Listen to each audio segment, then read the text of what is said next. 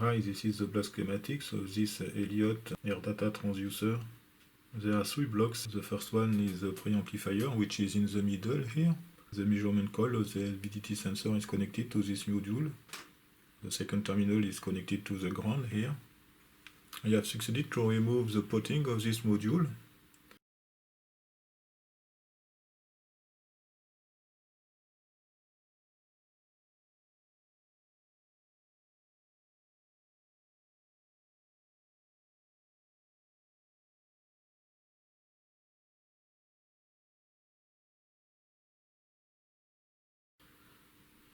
And as you can see, this is an amplifier which is made with one op-amp. The schematics is on the bottom of this page here. And also in this module, all the connections are not soldered, but welded actually. So the gain of this preamplifier is about 1000. You can see that there is the first feedback here with 10K and 1K. It provides a gain of -10, and there is another divider here with 10K and this resistor which is external. It is the resistor we can see here. There are two in parallel actually. So these are 220 ohms. So this resistor defines the overall gain of this amplifier. So there is a gain of 10 multiplied by a gain here of 100 approximately. This schematic is interesting because with this thing, it is possible to know at least the power supplies. So the power supplies are these lines here. So there is a negative and a positive one. So I have set the power supplies to plus or minus 12 volts. So with this schematic, it is also possible to know the output, which is pin number 3, which is this one. And we can see that this terminal is fed to the block on the left here. So I try to do the same thing to remove the potting, but I had less success with this one. So this is the result. So as you can see, it is difficult to do something with this. So there are inside some resistors, capacitors, and 2 transistors. You can see one here. And the second one is somewhere here. It has received a screwdriver shock here. On the second block here on the left, we can see that we have also the tachometer, which is connected to pin 3. Otherwise, all terminals are connected to the rear connector on the sub-D connector.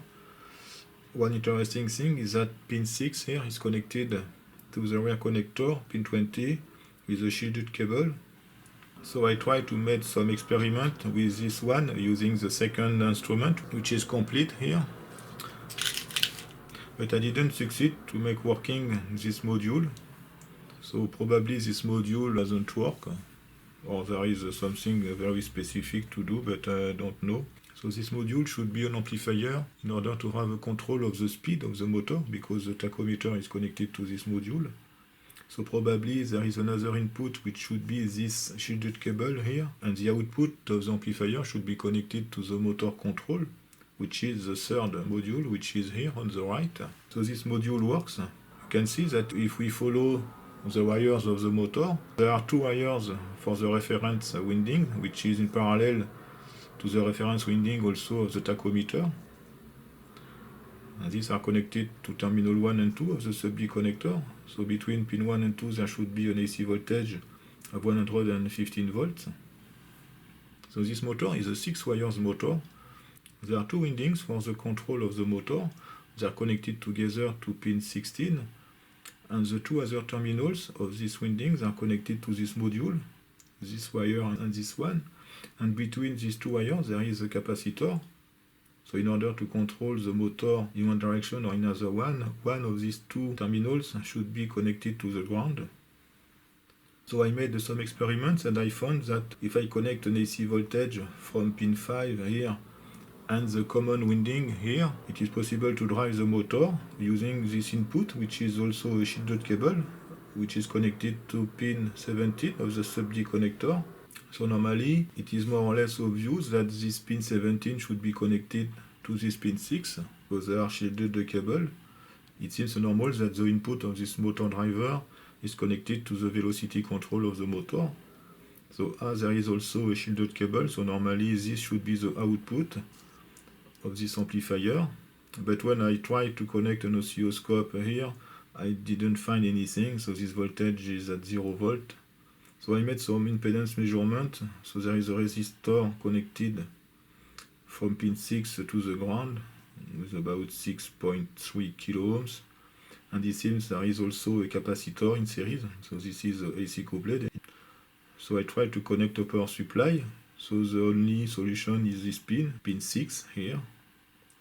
But there is a small current of 2 or 3 milliamp, but there is nothing at the output. Otherwise, there are these limit switches here. If one of these switches close, actually the motor stops. They are in series here. I have connected by mistake the validity sensor to a 26 volt AC power supply, and there was a magic smoke on the validity sensor here. So this validity sensor, I think, is dead. So DCR is 12 ohms instead of 24 ohms for the other one. So I will remove the electronic modules from this unit, and I will reinstall them on the first one, this one here. And I hope it will work.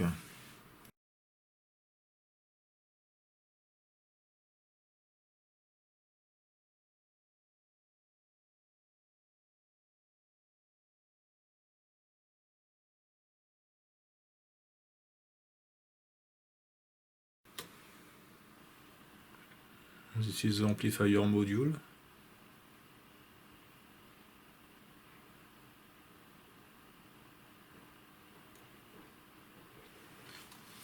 The first module is soldered. The other ones are plugged into these sockets. You can see that the impedance of the excitation coil of the validity sensor is more or less resistive. The resistance is 23 ohms with a reactance of 1.3 ohms at 400 Hz. You can see the equivalent inductance. So there is an inductance of 500 microhenry or something like that. So effectively, with the 26 volt AC, you can imagine that the power is very high. So I think that the voltage should be limited at 1 or 2 volt RMS maximum. I have removed one of these fittings from the unit which doesn't work. And I will replace this one here by this tube. And this tube fits perfectly in this small black tube. So I will connect this to the air pressure generator, and we can test this thing.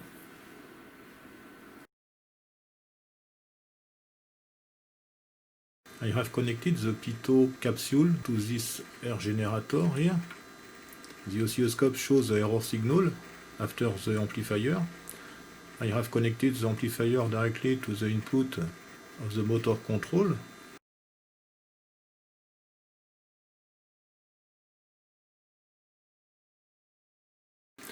As you can see, the module is not present here. Also, I don't have a good power supply. The supply voltage is limited to about half of the nominal voltage, so the speed of the motor is not as fast as it could be with nominal voltage, but this is not also a big problem. For the moment, there is no pressure, so I will increase the pressure. So you can see the error signal on the oscilloscope, and you can see also the movement. And you can see that the amplitude of the error signal is decreasing to 0. I'm going to decrease the pressure now.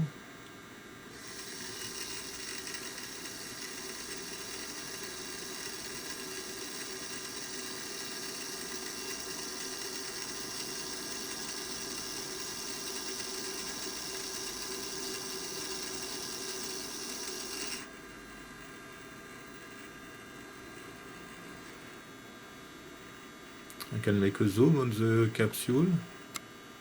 I am going to increase the pressure. There will be first an expansion of the capsules, and the validity sensor will follow the location of the moving bar.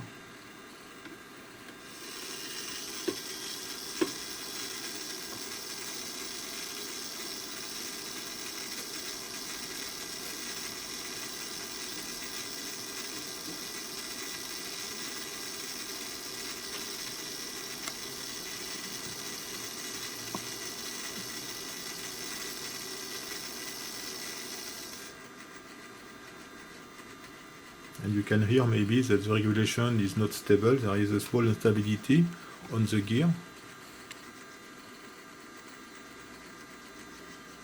And this is due to the lack of velocity control. Okay, I'm going to decrease the pressure.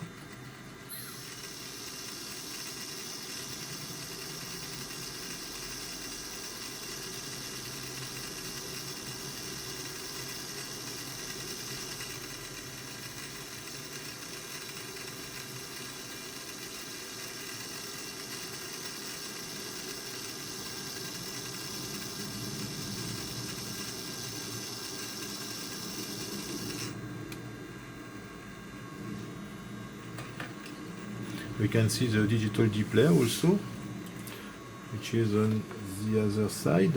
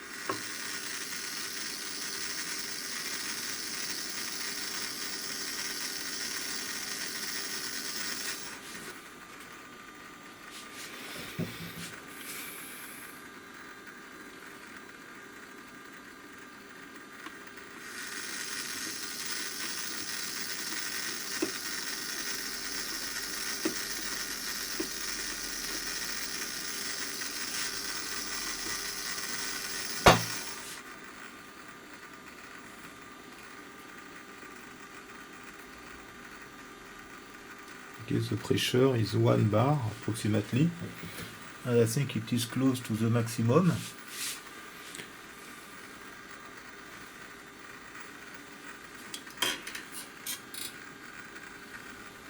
You can have a look on the capsule here.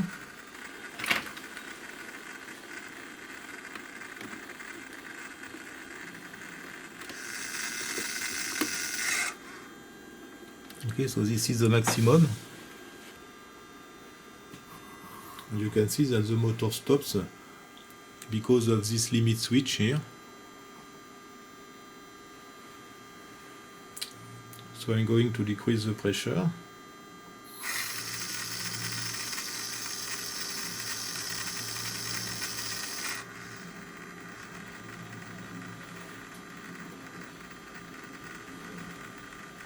Okay, so the pressure is 0.93 bar. So the maximum pressure is 1 bar for the maximum speed. So these oscillations are due to the lack of the velocity control in the servo control loop. And the pressure is 0, so there is an offset here.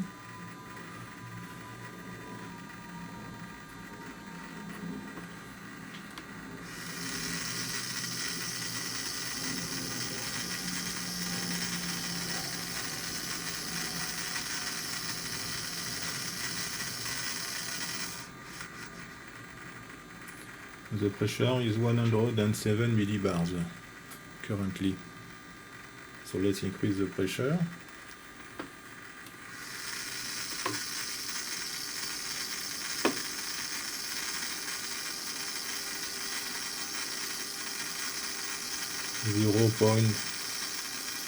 .79 bar.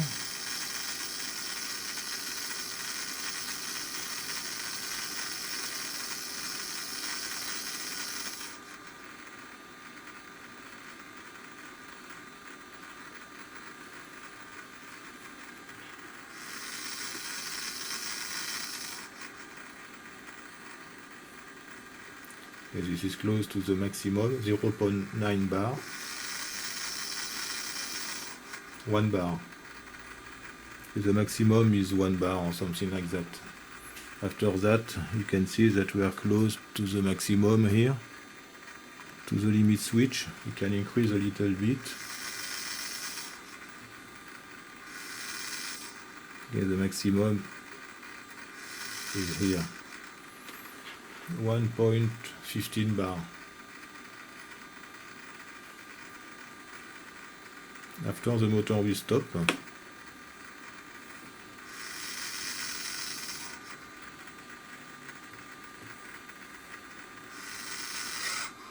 Okay. 1.3 bar is the maximum pressure before activation of the limit switch. So let's decrease the pressure now.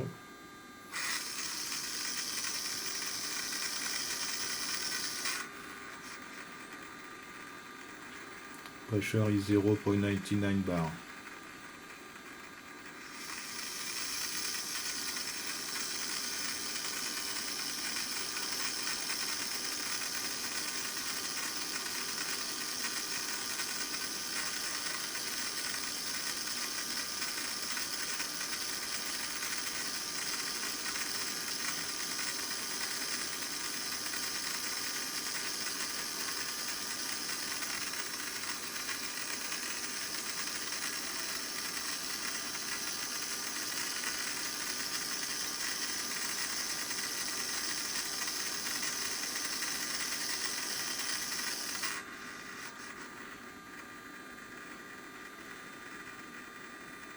So we can see that even without the velocity control, without the module, it works.